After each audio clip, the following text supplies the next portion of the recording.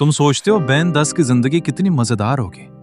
Omnitrix मिली, alien बने और दुनिया को बचाने निकल गए। लेकिन क्या होगा अगर मैं तुम्हें बेन 10 की एक ऐसी कहानी सुनाऊं जिसे सुनने के बाद तुम ओमनिट्रिक्स पहनने के बारे में सोचोगे भी नहीं। एक ऐसी दुनिया जहां ओमनिट्रिक्स अपने मालिक की नहीं सुनती बल्कि मालिक को अपने आदेश मानने पर मजबूर करती है।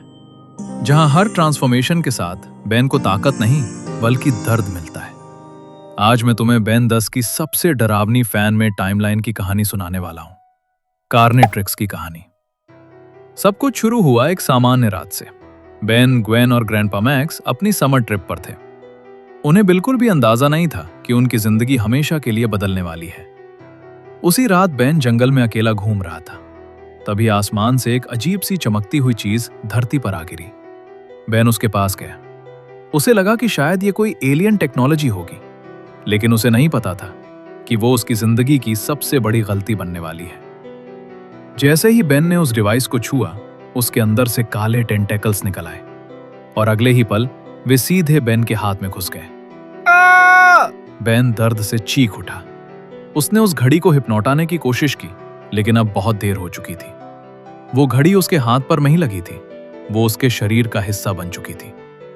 और तभी बेन को अपने दिमाग के अंदर एक आवाज सुनाई दी, अब तुम मेरे हो। बेन डर गया, लेकिन असली डर तो अभी शुरू हुआ था। कुछ समय बाद कार्नेट्रिक्स अचानक चमकने लगी। बेन कुछ समझ पाता उससे पहले उसका शरीर अपने आप बदलने लगा।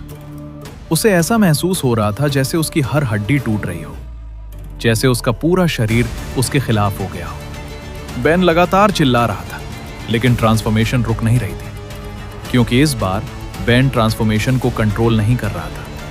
कार्नेट्रिक्स बेन को कंट्रोल कर रही थी। कुछ ही सेकंड बाद बेन हीट ब्लास्ट बन चुका था, लेकिन ये वो हीट ब्लास्ट नहीं था जिसे हम जानते हैं।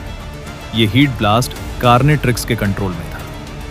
उसी समय ग्वेन वहां पहुंच गई। उसे लगा कि बेन को मदद की जरूरत है, लेकिन अगले कुछ ही पलों में एक भयानक हादसा हो गया। और जब बेन वापस अपने नॉर्मल फॉर्म में आया, तो उसके सामने का दृश्य देखकर उसके पैरों तले जमीन खिसक गई।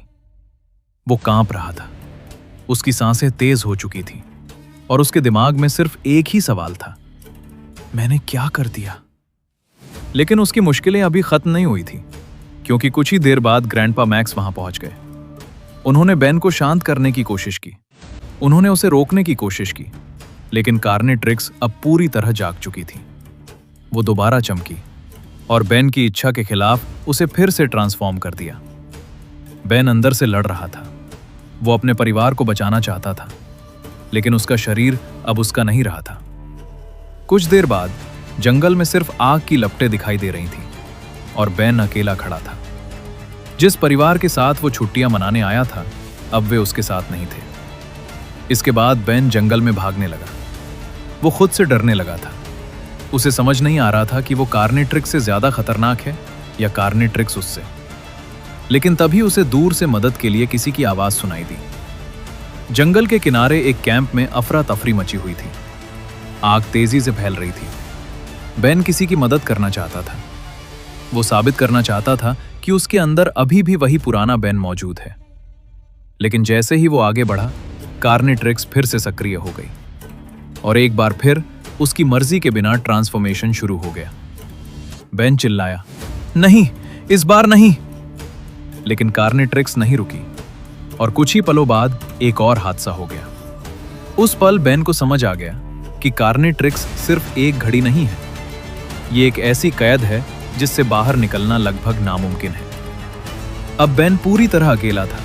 उसका परिवार उससे छिन चुका था, और कार्नेट्रिक्स हर दिन उसे एक इंसान से राक्षस बनाती जा रही थी।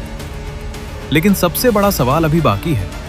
अगर बेन इतना खतरनाक बन चुका था, तो आखिर उसे रोका कैसे गया? क्या इस दुनिया में कोई ऐसा था जो कार्नेट्रिक्स के कब्जे में जा चुके बेन को रोक सके? अगर तुम्हें जानना है कि आगे बेन को लोगों ने कैसे रोका, तो फटाफट लाइक करो, सब्सक्राइब करो और कमेंट में पार्ट 2 लिख दो, क्योंकि पार्ट 2 में हम जानेंगे कि आखिर इस अंधेरी टाइमलाइन में बेन को रोकने की कोशिश किसने की, और क्या कोई कार्नेट्रिक्स के आतंक को खत्म कर पाया या नहीं।